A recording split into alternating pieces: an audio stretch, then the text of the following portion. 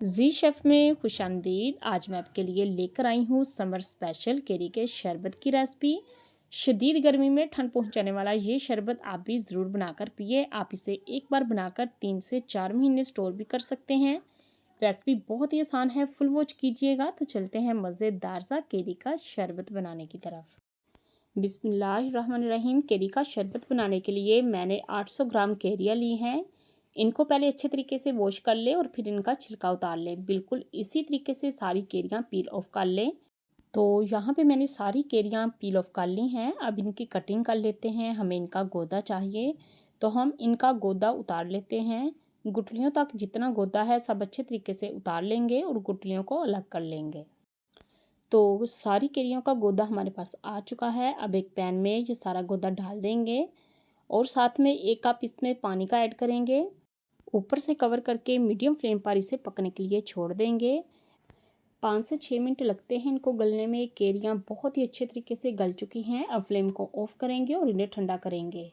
ठंडा करने के बाद मैंने इनको ब्लेंडर जग में डाल दिया है। मुट्ठी भरकर ताज़ा सब्ज़ पुदीना ऐड करेंगे।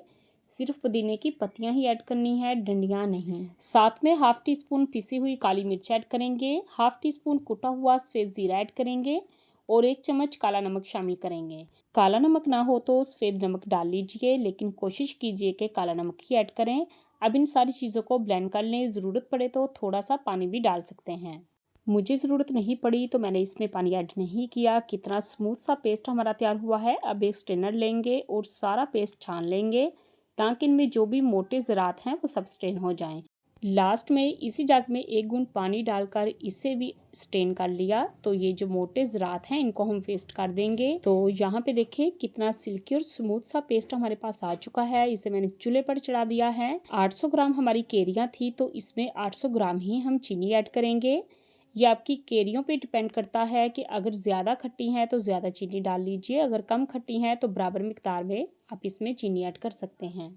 अब हमने मीडियम टू हाई फ्लेम पर इसकी पकाई करनी है। जैसे जैसे इसमें चीनी मिक्स होती जाएगी तो ये पानी छोड़ती जाएगी, लेकिन हमें मज़ीद पानी की ज़रूरत है तो 1 गिलास हम इसमें पानी ऐड करेंगे। पानी डालने के बाद इसे अच्छे तरीके से मिक्स कर लेंगे ताकि पानी पेस्ट में अच्छे तरीके से मिक्स हो जाए। इसकी लुक मज़ीद खूबसूरत बनाने के लिए इसमें आधा छोटा चम्मच ग्रीन फूड कलर ऐड करेंगे।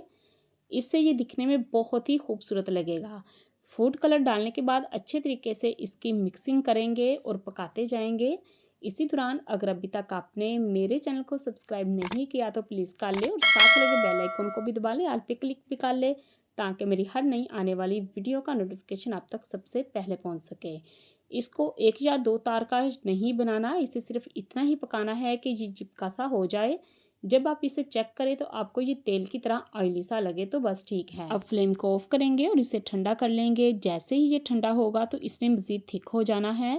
माशाल्लाह सुबहान अल्लाह, बहुत ही ज़बरदस्त किस्म का केरी का शरबत हमारा तैयार हो चुका है। तो इसे ठंडा करने के बाद आप बोतलों में भर लें और फ्रिज में 3 से 4 महीने तक स्टोर कर लें। ये बिल्कुल भी ख़राब नहीं होगा। जिस बोतल में या जार में आपने इसे सेव करना है उसमें नमी नहीं होनी चाहिए। तो ऊपर से आप इसे कवर करें और स्टोर करें और पूरी गर्मियाँ इंजॉय करें। अब मैं आपको इसे बनाने का तरीका भी बताती हूँ कि आपने इसे किस तरीके से बनाना है। गिलास लें और 1.5 सारी बर्फ़ इसमें डाल दें। 2 बड़े चम्मच केरी का तैयार किया हुआ शरबत डालें और पानी डालें, मिक्स करें। मज़ेदार सा ठंडा ठार केरी का शरबत तैयार है। खुद भी पिए, घर वालों को पिलाएं। मुझे दुआओं में याद रखें। मिलते हैं नेक्स्ट वीडियो में, तब तक के लिए अल्लाह हाफिज़।